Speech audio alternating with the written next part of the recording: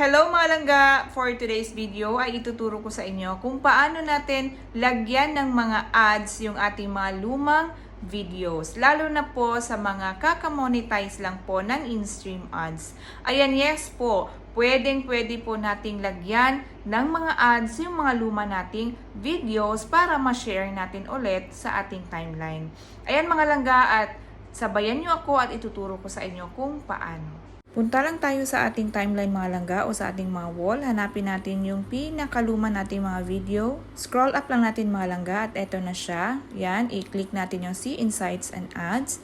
Pagkatapos mga langga ay punta tayo dito sa may arrow na yan.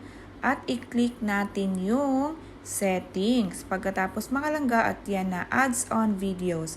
Kailangan mga langga ay naka-dark blue yan siya. O ayan mga langga, diba? Napakasimple lang. Ano pang inaantay nyo? I-share nyo na yon sa groups, syempre sa stories natin at timeline mga langga, para makita ng ating mga bagong followers. O yan, sa mga monetize lang dyan ng in-stream ads, huwag na kayo magtumpik-tumpik pa at sundan nyo na ako at yan.